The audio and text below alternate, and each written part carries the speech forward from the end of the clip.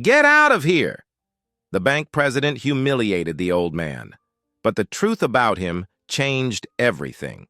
It was just after 9 a.m. in downtown Manhattan, and the lobby of the National Bank of America was already humming with energy.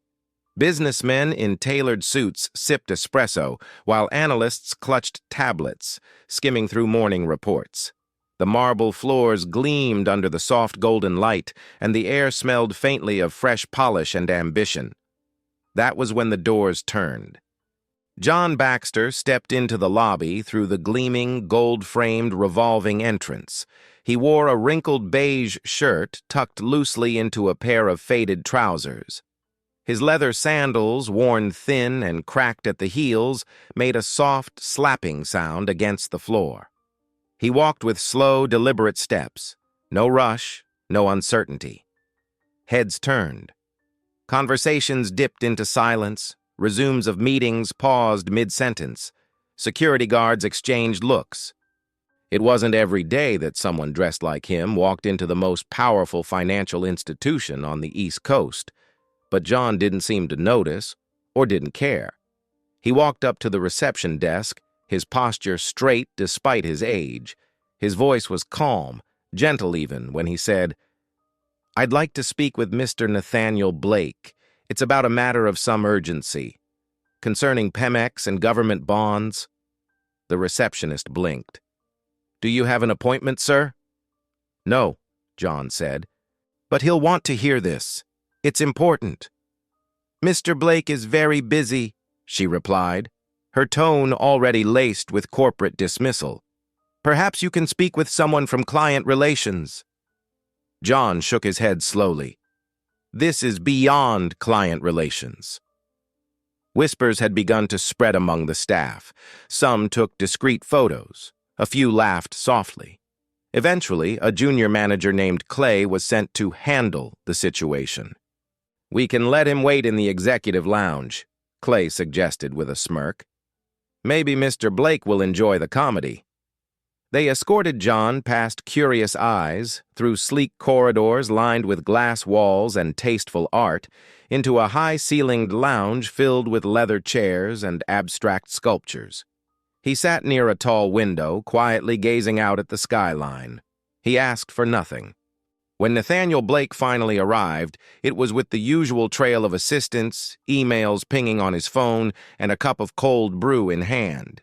He was in his early 40s, sharp jawline, dark hair swept perfectly into place.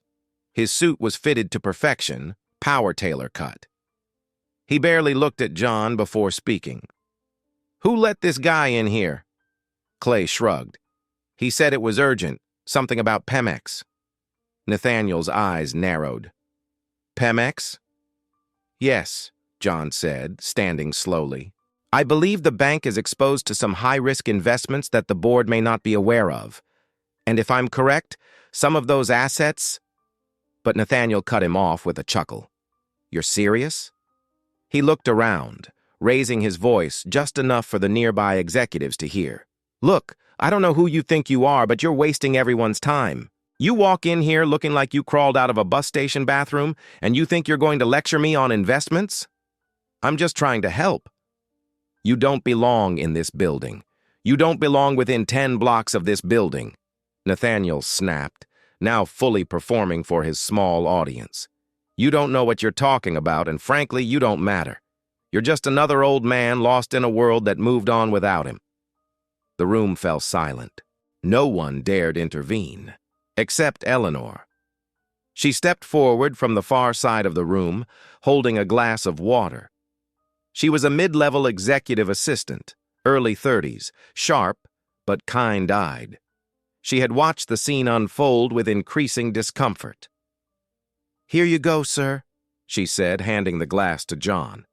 "Would you like anything else? A chair, maybe?" John looked at her and smiled warmly. "Thank you, young lady. No, this is just fine." Nathaniel scoffed. "Jesus, Eleanor, really?" She ignored him. John looked around the room one last time. "I appreciate your time," he said quietly. "I'll be on my way." He left the lounge as calmly as he had entered. But instead of heading for the lobby, John turned down a restricted hallway, past the elevators reserved for executives, past the conference rooms and offices of vice presidents, toward a brushed steel door at the end of the hall, unmarked, silent, and locked to all but a handful. A security camera above shifted and blinked. John pulled a slim, weathered card from the inside pocket of his shirt and held it against the scanner. A soft beep. The light turned green. The doors opened. He stepped inside the elevator and pressed no button. The panel lit up automatically. 23rd floor, Board of Directors access only. As the doors began to close, he reached into his other pocket and pulled out a small velvet pouch. From it, he drew a ring, a heavy gold signet engraved with the emblem of the bank's founding family. It glinted faintly in the elevator light. He slipped it onto his finger, and for a brief moment, the weight of it seemed to change him. No longer just a quiet old man in sandals, but the man who built the tower. As the elevator ascended in silence, the world below continued rushing, none the wiser to the storm that had just begun its rise. The elevator hummed softly as it climbed. John Baxter stood alone, the city shrinking beneath him.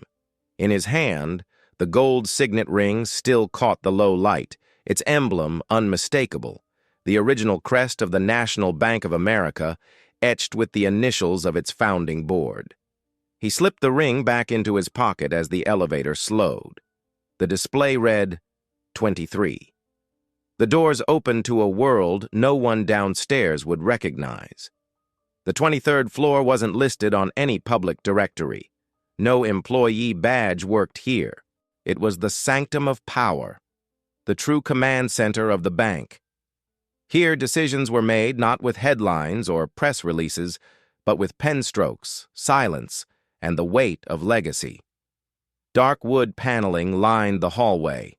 Oil paintings of former chairmen and founders stared down from the walls, their frames heavy with time. At the end of the corridor stood a heavy oak door with a brass plate that read simply, Boardroom. John paused for a moment before pushing the door open. Inside, 7 senior board members sat at a long table beneath a grand skylight. Most were older than 60, their faces weathered from decades in finance. They looked up, surprised, some rising instinctively to greet him, others unsure of what to say.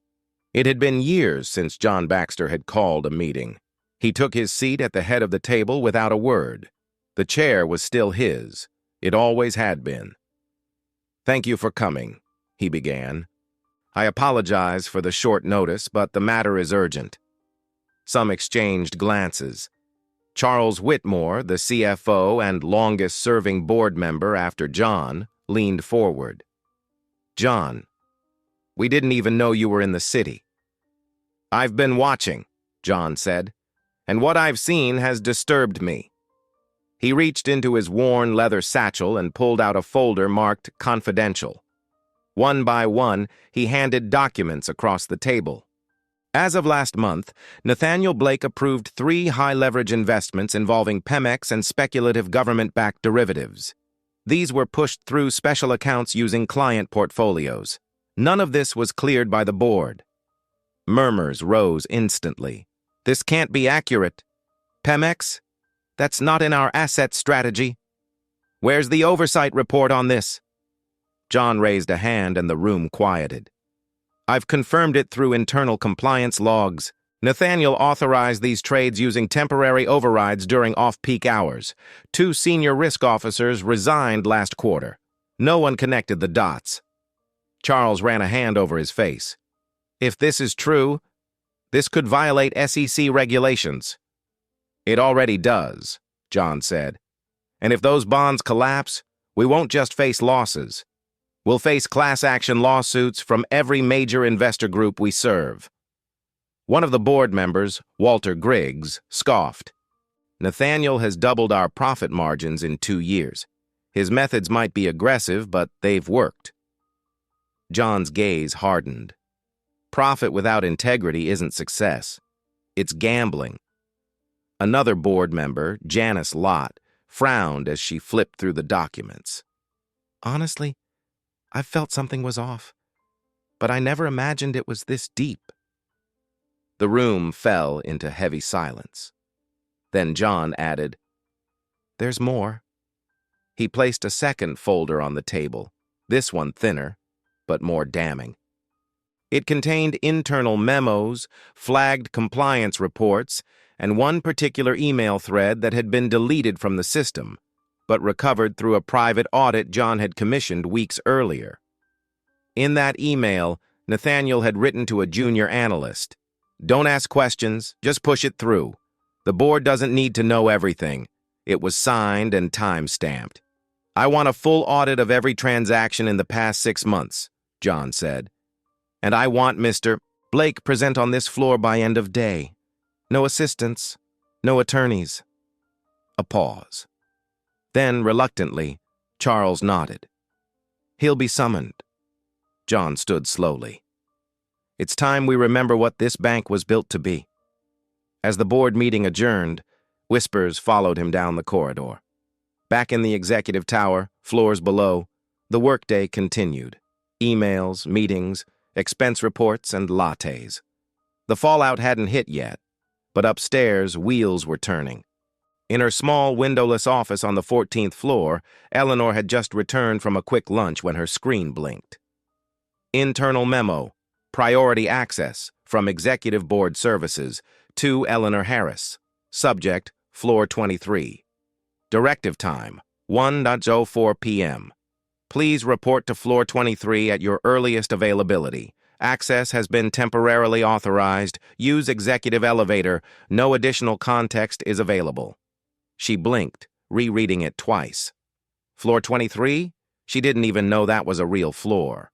Most employees joked about it as a myth, a place only mentioned in orientation tours and gossip. She picked up her phone to call HR, then stopped. Something told her this wasn't a prank. Eleanor stood, heart racing, and stepped toward the elevators. For reasons she couldn't yet explain, she remembered the old man in sandals, the man who'd said, "This is beyond client relations." As the elevator doors closed around her, she wondered if the day's real business was only just beginning. The executive elevator opened to silence. Nathaniel Blake stepped out, his gait confident, tailored jacket buttoned just right, every step a declaration of status. He was used to rooms falling quiet when he entered, but not like this. Ahead, the boardroom door stood open. Inside, 7 directors were seated in tight formation. But the man at the head of the table made him stop mid-step. John Baxter sat there calmly, his fingers laced on the polished mahogany surface. His posture was dignified, patient. The old man from the lobby, now transformed by the weight of presence alone. To Nathaniel's right, Eleanor sat quietly near the wall, a folder in her lap. She didn't speak. She didn't have to. "What is this?"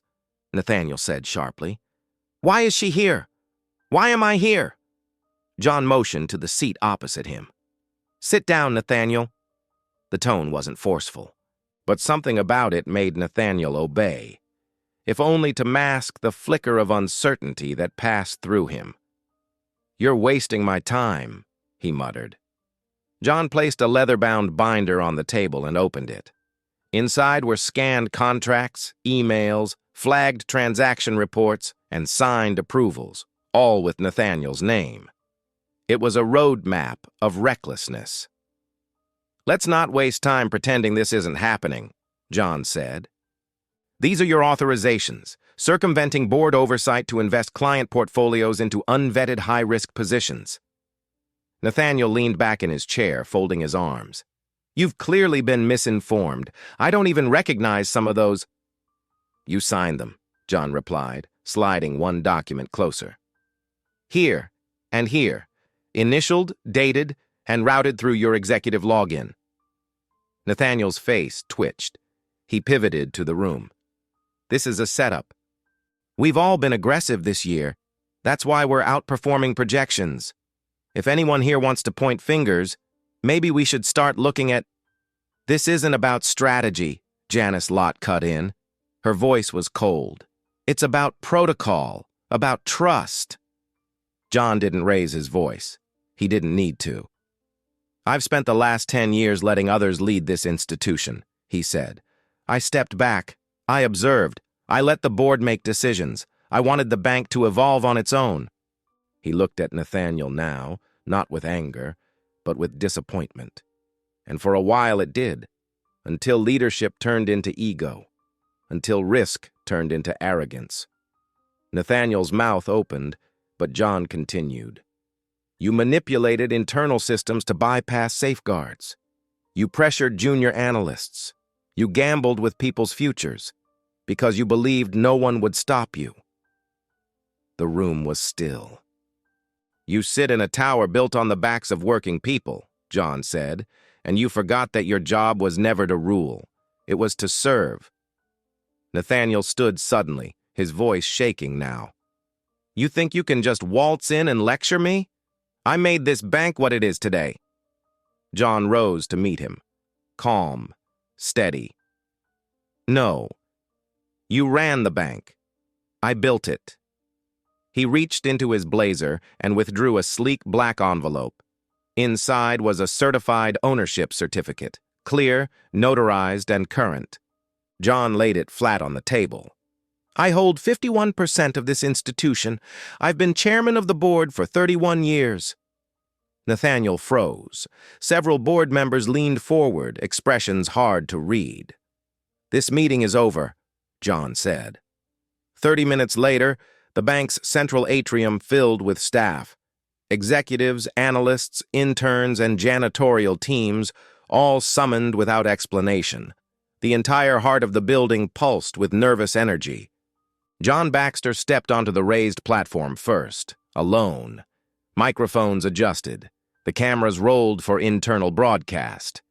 Behind him, Nathaniel stood, pale and silent. "I won't take much of your time," John began, "but I want every person here to hear this directly from the man who built the ground you're standing on." He paused, scanning the crowd. No one moved. "This institution was founded on trust, on service, and on dignity, but that trust has been compromised." He turned slightly, facing Nathaniel. "Effective immediately, Nathaniel Blake is relieved of all duties. He no longer represents this bank in any capacity." A stunned silence fell over the room. No cheers, no gasps, just the sound of one era ending. Nathaniel didn't speak. He turned and stepped down from the platform, his eyes glazed, his jaw clenched. He walked through the crowd, alone. John waited until he disappeared. Then he spoke again. "There's one more matter." He looked out toward the crowd.